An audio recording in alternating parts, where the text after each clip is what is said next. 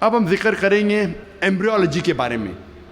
Embryology science کا وہ بھاگ ہے جو خصوصاً جب ماں کے رحم میں بچہ پیدا ہوتا ہے اور کس طریقے سے شروع ہو کے بڑھتا ہے، 9 مہینے تک تقریباً ماں کے رحم میں رہتا ہے، اس کے اسٹڈی کو کہتے ہیں انگریزی میں ایمبریولوجی. ماں کے رحم میں جو بچہ پیدا ہوتا ہے، آہستہ آہستہ بڑھتا ہے، اس کے اسٹڈی کو انگریزی میں کہتے ہیں ایمبریولوجی. کئی عربوں نے جتنے بھی قرآن مجید کی آیتیں ہیں جو ایمبریولوجی کے بارے میں ذکر کرتی ہے اور حدیث ہے، اس کو اکٹھا کیا اور قرآن مجید کی آیت کے اوپر عمل کیا. سورہ نحل سورہ 16 آیت نمبر 43 اور سورہ انبیاء سورہ نمبر 21 آیت نمبر 7 میں اللہ تعالیٰ فرماتے فَاسْأَلُوا أَهْلَ الذِّكْرِ إِن كُنتُمْ لَا تَعْلَمُونَ. اگر آپ نہیں جانتے تو اس کے پاس جائیے جو ماہر ہے، اس سے پوچھئے جو ماہر ہے، چاہے وہ مسلم یا غیر مسلم ہو. اگر آپ نہیں جانتے تو اس سے پوچھئے قرآن کے بارے میں جو اس فن کا ماہر ہے. تو کئی عربوں نے ساری آیتیں اور حدیث سے جو ایمبریولوجی کے بارے میں ذکر کرتے اور لے گئے تقریباً 30 سال پہلے، 1980 کے پہلے، ان 1970s، 30-40 سال پہلے، اور لے گئے پروفیسر کیتھ مور کے پاس. وہ مسلمان نہیں تھا. پروفیسر کیتھ مور اس وقت سارے دنیا کا سب سے بہترین ماہر تھا ایمبریولوجی میں. وہ ڈپارٹمنٹ آف اناٹومی کا ہیڈ تھا in university of Toronto Canada میں.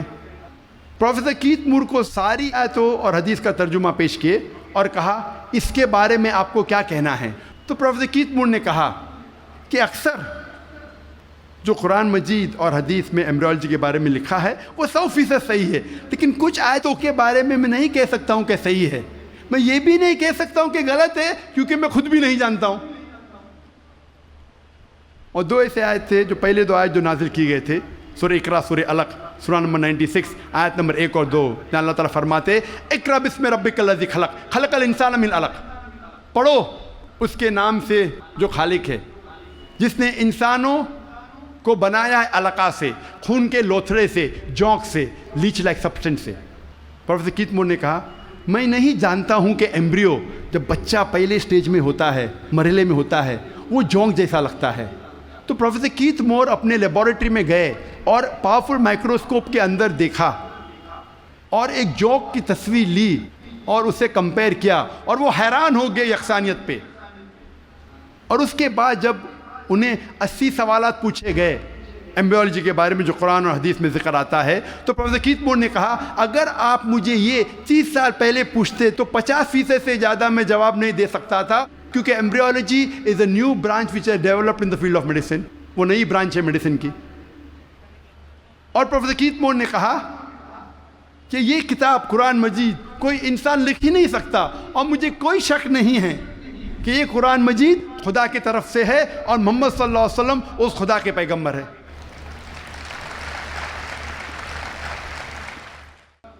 اللہ تعالیٰ فرماتے ہیں سورہ طارق میں سورہ نمبر 86 میں 86 آیت نمبر 5 6 7 میں کہ انسان نہیں سوچتا وہ کس سے بنا، وہ ایک سیال قطرہ سے بنا جو گرا اس جگہ سے ریڑھ کی ہڈی اور پسلی کے بیچ. اللہ تعالیٰ کیا کہنا چاہتے جب کہا کہ انسان بنا ایک سیال قطرے سے جو گرا ریڑھ کی ہڈی اور پسلی کے بیچ.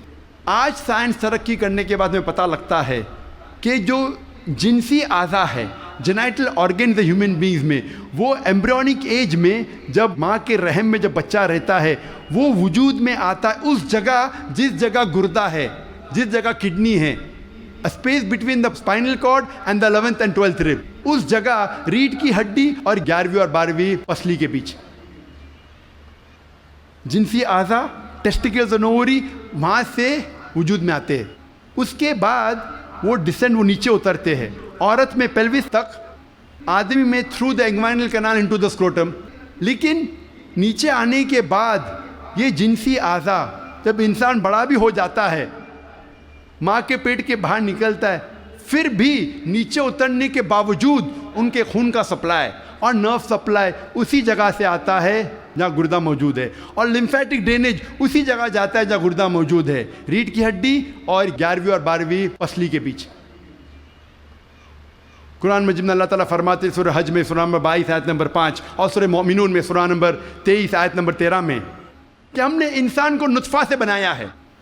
نطفہ کے معنی عربی میں ہے ایک چھوٹا سا سیال قطرہ، مائنیوٹ کوانٹٹی آف لکوڈ.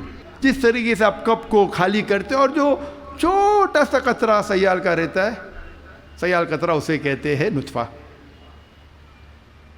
اللہ تعالیٰ فرماتے ہیں سورہ سجدہ میں سورہ نمبر 32 آیت نمبر 8 میں ہم نے انسان کو بنایا ہے سلالہ سے. سلالہ کے معنی عربی میں ہے پورے حصے کا سب سے بہترین حصہ. سارے بھاگ کے سب سے بہترین بھاگ کو کہتے ہیں سلالہ. آج سائنس یہ کہتا ہے کہ 1 سمائنل ایمیشن میں 30 کروڑ سپرمز ہے. آدمی جب ایجیکولیٹ کرتا ہے عام طور پہ تقریباً 30 کروڑ سپرم ایجیکولیٹ کرتا ہے. اس میں سے صرف ایک ہی کافی ہے، اونلی 1 سپرماٹوزوا، ایک کافی ہے بیضے کو فرٹیلائز کرنے کے لیے، بوجھل کرنے کے لیے، ایک ہی کافی ہے. اس 30 کروڑ میں سے ایک کو قرآن کہتا ہے سلالہ، best part of the whole, سارے حصے کا سب سے بہترین حصہ. اللہ تعالیٰ فرماتے ہیں سورہ انسان میں سورہ نمبر 76 آیت نمبر 2 میں ہم نے انسان کو تحفہ دیا ہے، صلاحیت دی ہے سننے کی اور دیکھنے کی. قرآن میں لکھا ہے سب سے پہلے آتی ہے انسان میں صلاحیت سننے کی. آج سائنس یہ کہتی ہے کہ 22ویں دن میں ماں کے پیٹ میں بچے کا کان اندرونی حصہ شروع ہوتا ہے اور 5ویں مہینے تک کمپلیٹ ہوتا ہے. 7ویں مہینے میں آنکھ کھلتی ہے. تو قرآن میں لکھا سب سے پہلے آتی ہے سننے کی صلاحیت، اس کے بعد دیکھنے کی. قرآن میں اس کا ذکر ہے سورہ سجدہ میں سورہ نمبر 32 آیت نمبر 9 میں بھی ہم نے انسان کو دی ہے صلاحیت سننے کی، سوچنے کی اور سمجھنے کی. قرآن مجید میں جب جینٹکس کے بارے میں ہم پڑھتے ہیں، آج سائنس یہ کہتی ہے کہ جو انسان کا جنس ہے وہ آدمی کے سیال سپرم پہ ڈپینڈ کرتا ہے، منی پہ ڈپینڈ کرتا ہے. اور اگر 23rd پیئر آف کروموزوم 23ویں جوڑی کروموزوم کی اگر وہ XX ہے تو ہو جاتی ہے لڑکی، اگر XY ہے تو بن جاتا ہے لڑکا. اور منی ذمہ دار ہے یہ جاننے کے لیے کہ لڑکا ہے لڑکی ہے. منی کا اگر X حصہ لیتا ہے فرٹیلائزیشن میں تو بنتی ہے لڑکی، اگر Y حصہ لیتا ہے تو بنتا ہے لڑکا. یہ ہم حال ہی میں جانیں. قرآن مجید میں اس کا ذکر ہے 1400 سال پہلے سورہ نجم میں سورہ نمبر 53 آیت نمبر 45-46 میں اللہ تعالیٰ فرماتے ہم نے انسان کو جوڑے میں بنایا ہے، میل اینڈ فیمیل، جنس میں مذکر اور مؤنث، ایک قطرے سے جو آدمی سے آتا ہے، عربی میں لکھا ہے تمنا. اس کا ذکر ہے سورہ قیامہ میں سورہ نمبر 75 سورہ نمبر 75 آیت نمبر 37-39. اس میں اللہ تعالیٰ فرماتے ہم نے انسان کو بنایا ہے نطفتن من من یمنا، ہم نے انسان کو بنایا ہے آدمی کے منی کے نطفے سے سپرم، اور پھر بنا علقات سے مدغہ اور ان کو جنس ڈالی مرد اور عورت. قرآن میں لکھا ہے یہ سپرم منی رسپانسبل ہے for giving the sex to the child, male اور فیمیل. ہمارے دیش میں اکثر والدین چاہتے ہیں کہ لڑکا پیدا ہو. اگر لڑکی پیدا ہوتی ہے تو ساس کہیں گی بہو سے کہ تو نے لڑکی کو پیدا کیوں کی، لڑکی کو پیدا کیوں کی. لڑکی یا لڑکا ہونا اللہ سبحانہ تعالیٰ کے ہاتھ میں ہے. لیکن اگر کسی کو دوش دینا ہے تو سائنس اور قرآن کہتا ہے کہ لڑکی یا لڑکا ہونے کے لیے مرد کا سپرم منی از رسپانسبل، مرد کا منی ذمہ دار ہے. تو اگر ساس کو کسی کو دوش دینا ہے تو اپنے بیٹے کو دینا چاہے، بہو کو نہیں، کیونکہ سائنس اور قرآن کہتا ہے کہ سپرم از رسپانسبل. اللہ تعالیٰ فرماتے ہیں سورہ زمر میں سورہ نمبر 39 میں آیت نمبر 6 میں کہ ہم نے انسان کو ماں کے رحم میں بنایا، ایک مرحلے کے بعد دوسرے مرحلے میں اسٹیجز آفٹر اسٹیجز، ان 3 ویلز آف ڈارکنیس، 3 اندھیرے پردوں میں. پروفیسر کیت مور نے کہا یہ 3 پردے اندھیرے کے معنی ہیں اینٹی ایبڈومنل وال، یوٹرائن وال، ایمنیو کوریونک ممبرین. اینٹی ایبڈومنل وال مطلب ماں کے آگے کی پیٹ کی دیوار، یوٹرائن وال مطلب رحم کی دیوار، اور ایمنیو کوریونک ممبرین. قرآن مجید میں ایمبریولوجیکل سٹیجز کس طریقے سے بچہ آہستہ آہستہ بڑھتا ہے، ماں کے رحم میں پلتا ہے اور بڑا ہوتا ہے، اس کا تفصیل سے ذکر کیا گیا قرآن مجید میں کئی آیتوں میں۔ ایک سورہ کی 3 آیت پیش کروں گا، سورہ مومنون کی، سورہ نمبر 23 آیت نمبر 12 سے 14 میں اللہ تعالیٰ فرماتے ہیں کہ ہم نے انسان کو بنایا ہے کوئنٹیسنس آف کلے سے، انسان کو بنایا ہے طین کے سلالے سے، اور پھر اس کو بنایا نطفہ میں، نطفہ کو رکھا قرار مکین میں، پھر نطفے کو بنایا علقہ میں، علقہ سے تبدیل کیا مدغہ میں، مدغہ سے بنایا عظامہ، اور اس عظامہ پر ہم نے ڈالا لحم، اور اللہ سبحانہ و تعالیٰ نے اس کے بعد ایک نئی جاندار چیز بنائی۔ مختصر سم اس کا ذکر کروں گا۔ اللہ تعالیٰ فرماتے ہم نے انسان کو طین کے سلالہ سے بنایا، نطفہ میں، نطفہ میں نے کہا مائنیوٹ کوانٹٹی آف لکوڈ، سیال قطرہ، اور اس کو ایک قرار مکین میں رکھا، محفوظ جگہ میں، قرار مکین محفوظ جگہ۔ ہم جانتے ہیں سائنس کہتا ہے کہ ماں کے رحم میں جب بچہ ہے وہ پیچھے کے حصے سے ریڑھ کی ہڈی سے پروٹیکٹڈ ہے، محفوظ ہے، پوسٹیریئر مسل سے، اور آگے سے اینٹی ایبڈومینل وال اور یوٹرائن وال سے۔ ہم نے پھر بنایا علقہ میں۔ علقہ کے 3 معنی ہیں، ایک ہے جوک، دوسرا ہے خون کا لوتڑا، اور تیسرا ہے ٹو کلنگ، مطلب چپک کے لٹکنا۔ علقہ کے 3 معنی، ایک معنی کا ذکر میں کر چکا ہوں کہ جوک ہے، لیچ لائک سبسٹنس۔